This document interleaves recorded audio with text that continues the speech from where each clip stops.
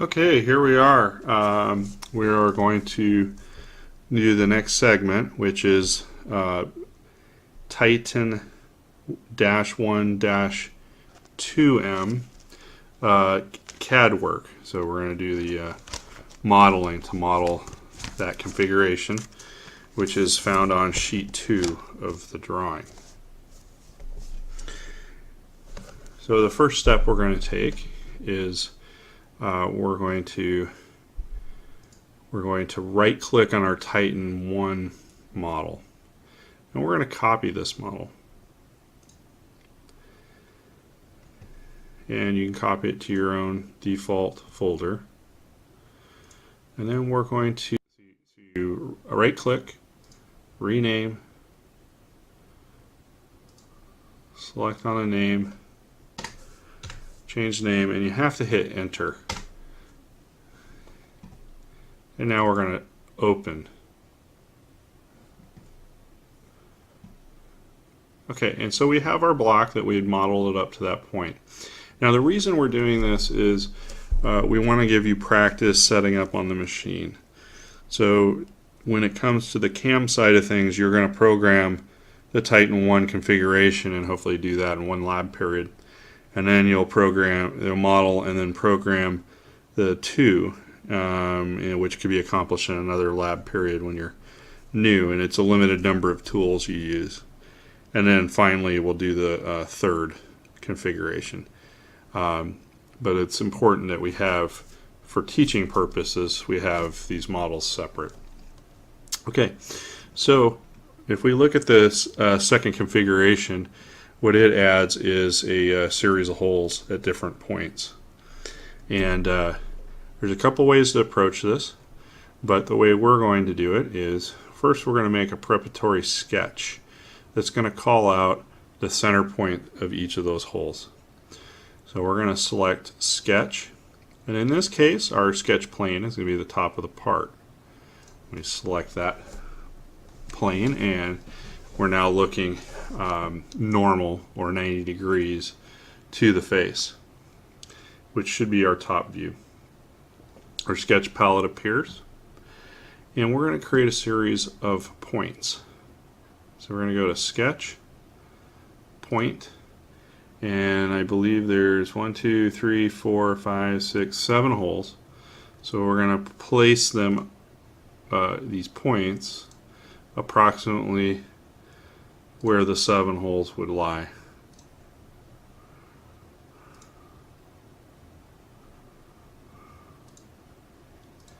And they don't have to be exact, because we're going to come back and dimension these points.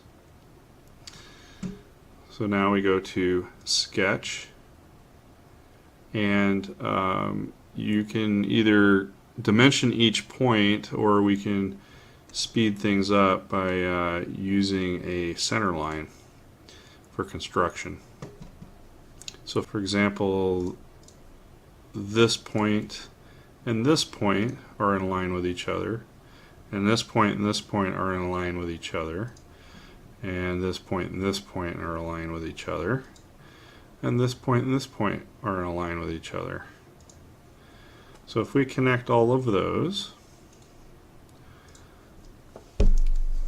right now they're physical lines. We're going to highlight the first one with the left button, then select the right button, and you can move down to this box that says normal/construction. That toggles it to what looks like a hidden line, but it makes it a construction line. It won't make actual geometry, but you can dimension to it. And we're going to repeat that step. You have to left click, right click, construction, left click, right click, construction, left click, right click, construction. So we now have 4 hidden lines. We are now going to apply what's called a relationship to these. This line and this line we want to force to be vertical. So it's the same button. The software looks at how close to horizontal or vertical the entity is. Okay, so our points are partially constrained. They've turned black, but they can still be moved around. But the relationships we've put in of horizontal and vertical are now governing where those points can be. So we're going to go ahead and put one more in, and we'll put it in between this one and this one. And you can right click to hit OK to exit the command.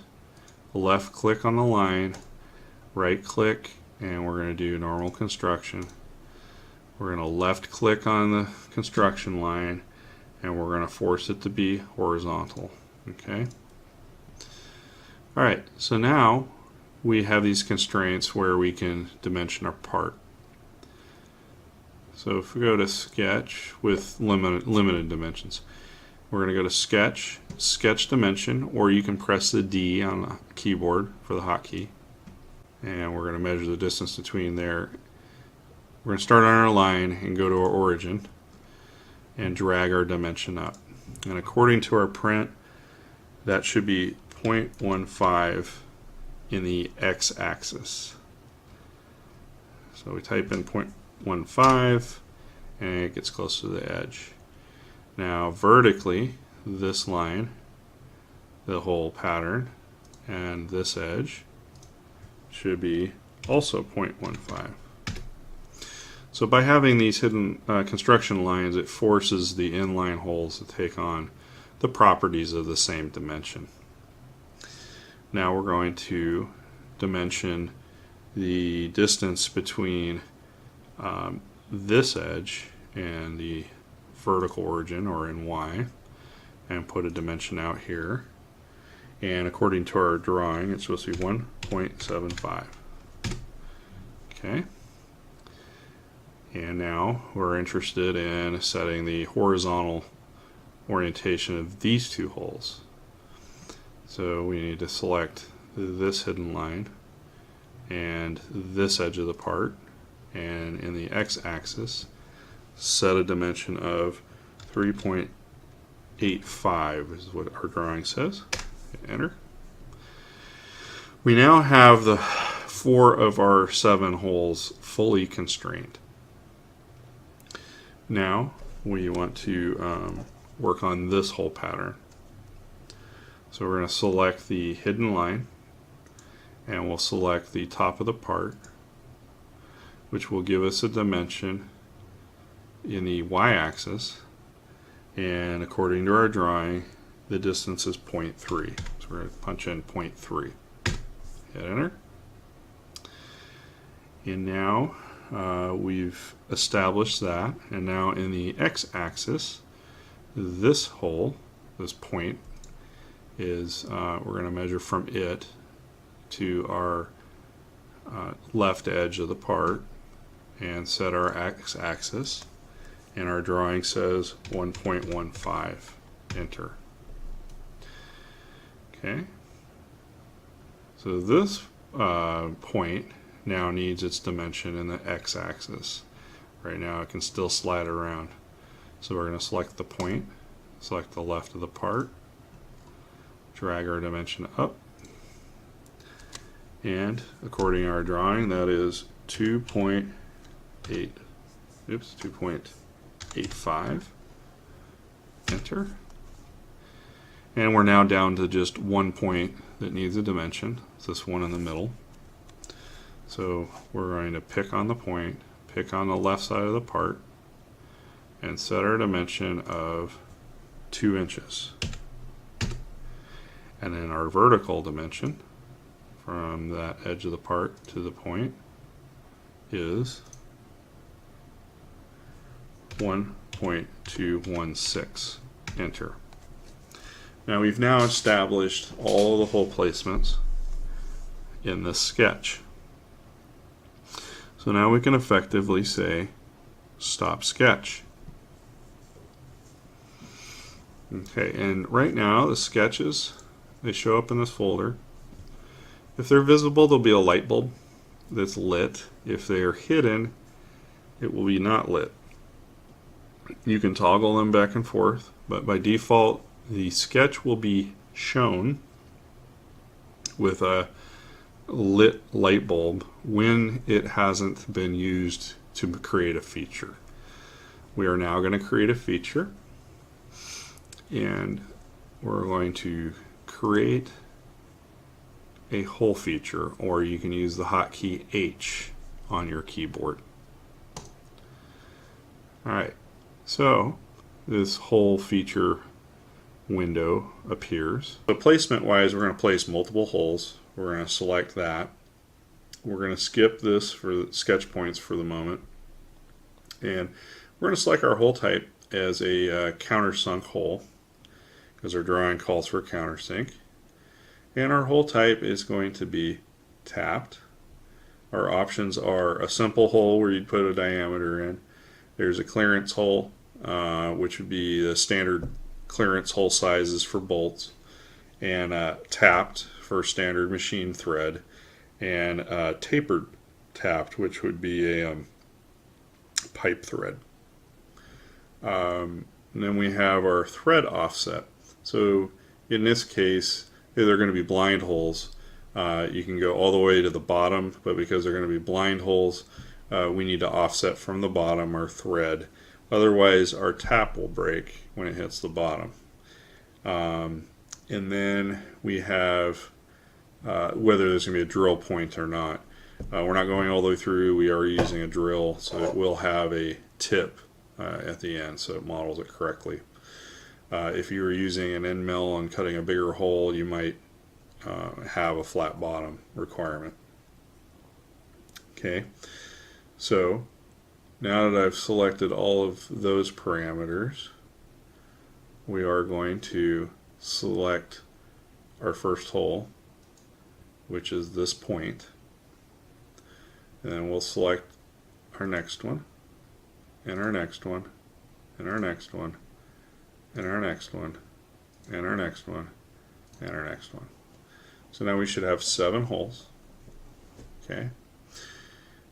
Our drawing says that our countersink has a 0.205 diameter, so I have already set that. It is a 90-degree chamfer. We don't have an 82-degree tool in our library, and aircraft uses 90.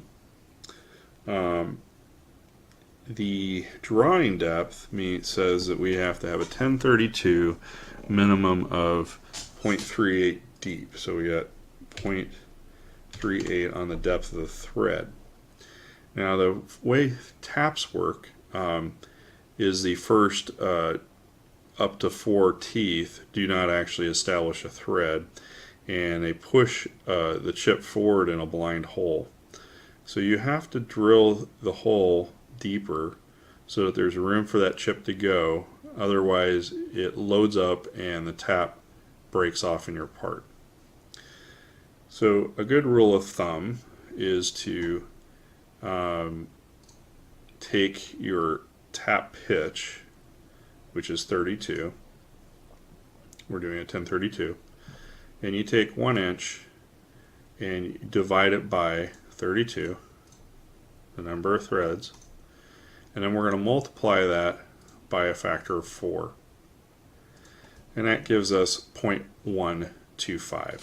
So in this case, we want our hole to be 0.125 deeper than our thread needs to go. So we're going to add 0.38 to that value, which gives us a depth of 0.505. That gives us our overall depth.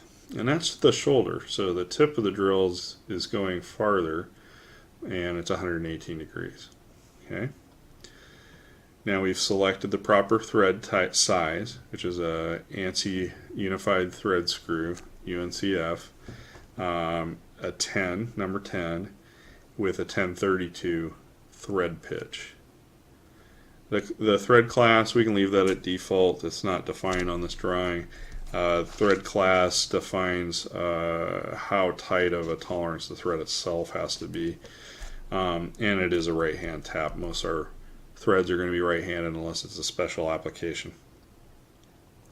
We select OK, and here we have our threaded holes. So this concludes the modeling required to bring this part Titan-1 to the 2M configuration.